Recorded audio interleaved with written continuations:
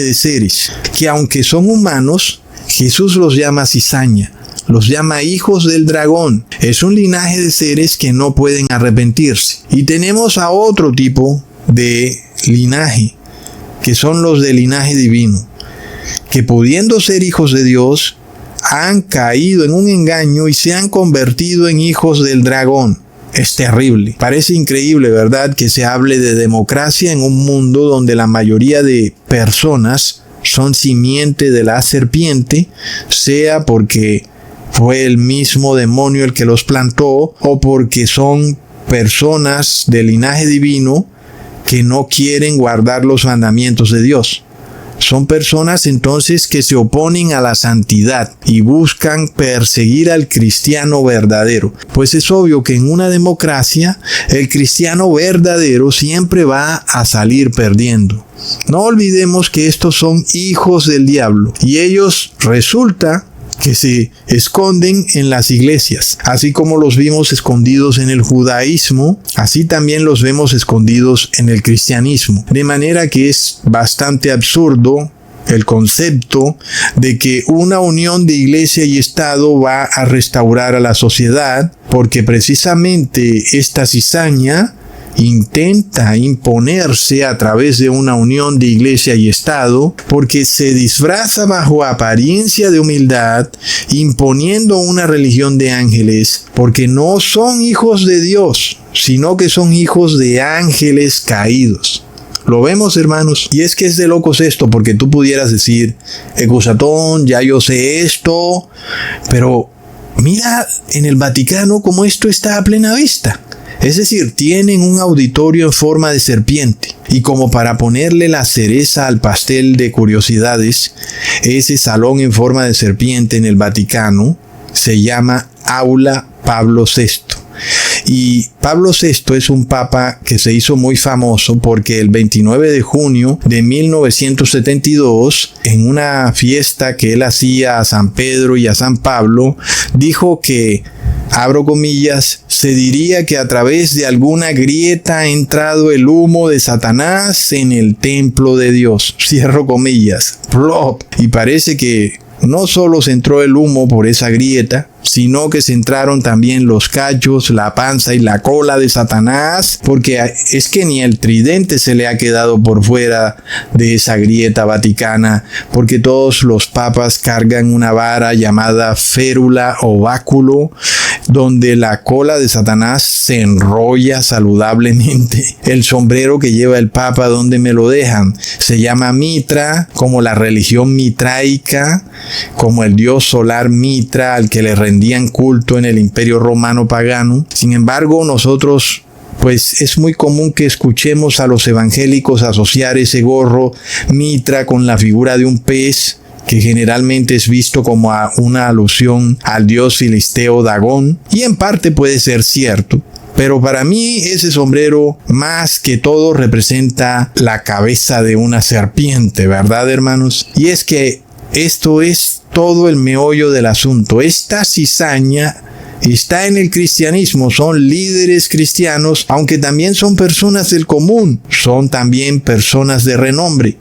Y es que no podía ser de otra manera, porque de no ser así, ¿cómo pudiera esta cizaña imponer su religión de ángeles si no pudiera controlar el cristianismo desde adentro? ¿Cómo pudieran enredarlo, llenarlo de herejías destructoras si no estuvieran dentro del cristianismo? Es que no tuvieran forma. Y para que pudieran hacer que el trigo fuera inducido a violar la ley de Dios por doctrina, tendrían que inventarse un cristianismo apócrifo que le hiciera creer al trigo que por obedecer tradiciones se está salvando, cuando en realidad se está condenando. A la final, este cristianismo apócrifo, que es desplegado por la cizaña, convierte al trigo en cizaña, a hijos de Dios en hijos del diablo, a personas de linaje divino en personas que son como si el Padre nunca las hubiera plantado, a pesar de que el Padre sí las plantó. Son personas engañadas en algunos casos y en otras, felizmente, violadores de la ley de Dios, para recibir los placeres del mundo. Y es que, ¿será posible que entre estos fariseos tal vez hubiera un trigo que había sido engañado por esa cizaña? Sí, pues lo vemos en el apóstol Pablo. Él es un ejemplo claro de eso. Al pobre Pablo los fariseos lo tenían bien engañado, casi como una lombriz en una fiesta de gallinas. Pero Jesús logró rescatar a Pablo de esa trampa y Pablo pudo restaurar en sí mismo la imagen y semejanza de Dios. Pablo era linaje divino, era el trigo y pudo dar los frutos de santidad. Entonces, de Pablo Jesús no dijo eso de dejadlo, es ciego, guía de ciego, ¿verdad, hermanos? Qué terrible hubiera sido eso para Pablo. En el fin de los tiempos, millones de personas caen engañadas por esta cizaña dentro de las iglesias cristianas porque los ven como los líderes religiosos, los guardianes de los secretos de Dios, los mensajeros de Dios. Y sus obras, sin embargo, son obras de maldad, las cuales los denuncian, que son en realidad hijos del diablo. Leamos en 1 de Juan capítulo 3 versículo 12. No como Caín, que era del maligno y mató a su hermano. ¿Y por qué causa le mató? Porque sus obras eran malas y las de su hermano justas. Entonces, miremos esto, hermanos. De Caín dice el apóstol Juan que era del maligno. La pregunta ¿es Caín de linaje divino? Es decir, creado a imagen y semejanza de Dios, o es Caín esta planta que el Padre no plantó, hijo literal de Satanás. Es lo que vamos a ver ahora. Entendamos entonces que cuando el apóstol Juan dice que Caín era hijo o linaje del maligno, es decir, que era casi como cizaña. Sin embargo, eso no quiere decir que literalmente Caín era hijo del maligno, sino que estaba bajo el poder y el control del maligno por culpa solo de Caín.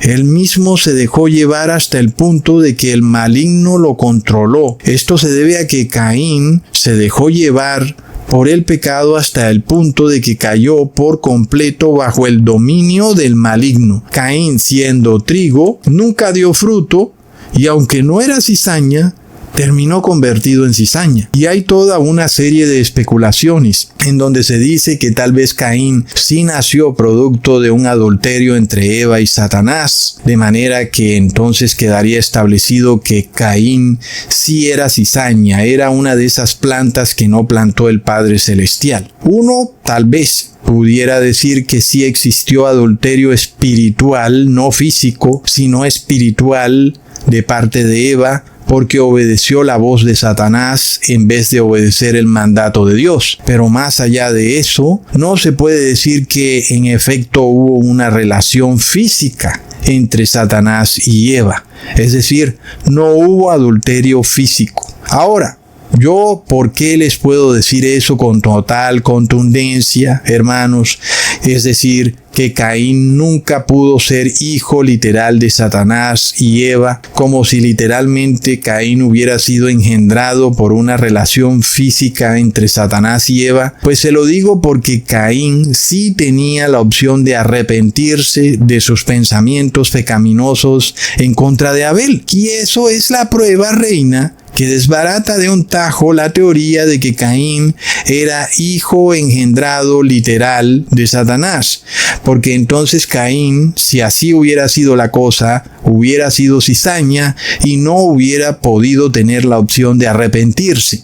Pero Caín sí tuvo la opción de arrepentirse antes de cometer el pecado en contra de Abel. Y esto lo vamos a leer bastante claro, hermanos. Recordemos que antes de que Caín tomara su decisión nefasta de matar a su hermano, Jesús mismo bajó del cielo para ayudar a Caín a arrepentirse. Leamos en Génesis capítulo 3, versículos 6 al 7. Entonces Jehová dijo a Caín: ¿por qué te has ensañado y por qué ha decaído tu semblante?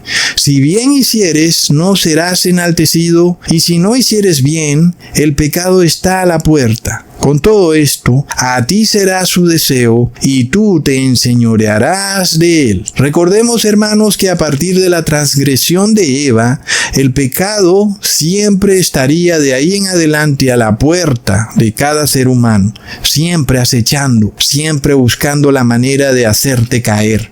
Satanás también, como ese pecado viviente, no solo la condición pecadora y humana de Caín era su propio enemigo, sino también este ser de maldad, el demonio mismo, susurrándole al oído para que obedeciera su voz que le decía que cometiera el pecado. Entonces, el objetivo del pecado es imponerse sobre la ley de Dios y destruir en el ser humano la imagen y semejanza de Dios. Y por eso Jesús baja del cielo y le dice a Caín: mira, tú puedes y debes dominar el pecado. Y si lo haces, pues tú te enseñorearás del pecado, como cuando un león es sujetado con una cadena. Y básicamente esta es la batalla que estaba ya en curso en el cielo y que también ahora había venido a la tierra. Es la batalla entre el bien y el mal. Ahora, esta guerra espiritual no solo iba a tocar a Eva, sino también a toda su descendencia, todo ese linaje divino, creación de Dios, el trigo, las plantas plantadas por el Padre, tenían que tomar una decisión, igual como la tenía que tomar Caín. O sujetabas el pecado o te dejabas sujetar del pecado. Es el punto central de este dilema, la prueba que todo ser humano tiene que vencer en esta tierra. ¿Qué decisión tomarás tú? ¿Someterás y subyugarás al pecado y entonces estarás del lado de Miguel y sus ángeles? ¿O dejarás que el pecado se enseñoree de ti y entonces te controlará el pecado y estarás bajo el bando de Satanás y sus ángeles? Es lo que la palabra llama la cizaña. No solo son ángeles caídos, son también su descendencia humana. Pero cuando tú no perteneces a ese bando, porque tú eres trigo, debes estar alerta, porque tú tienes una opción que ellos no tienen, porque el trigo puede dar fruto, pero la cizaña no puede dar fruto. Lo vemos, hermanos. Tú puedes llamar al pecado como quieras: bien común, bienestar, deseo, tradición, costumbre, éxito, prosperidad, decreto gubernamental. Pero el punto es este, que si violas una ley divina, estás pecando, y no importa cuántas personas lo hagan o cuántas personas digan que no pasa nada, tú estás cayendo de la gracia, te estás convirtiendo en cizaña, tú estás abandonando la imagen y semejanza de Dios para ser hijo adoptivo del demonio. Te estás subyugando al pecado y llegará un día en que Dios solo pueda decir de ti: dejadlo, es ciego, guía de ciegos. Hermanos, Caín y Abel no eran muy distintos. Ambos eran trigo, ambos eran del linaje divino, ambos eran de la familia divina, del mismo linaje de Adán y Eva. Pero Caín imitó a su madre, Eva, y a Abel imitó el arrepentimiento de su padre Adán. Caín se subyugó al pecado, pero Abel se subyugó a la ley de Dios. Hermanos, imponer la ley de Dios sobre el deseo es restaurar la imagen de Dios en nuestro ser. Pocas personas están dispuestas a abandonar los más exquisitos placeres humanos para guardar la ley de Dios. Pero no hay otro camino al cielo. El ser humano que vence su propio carácter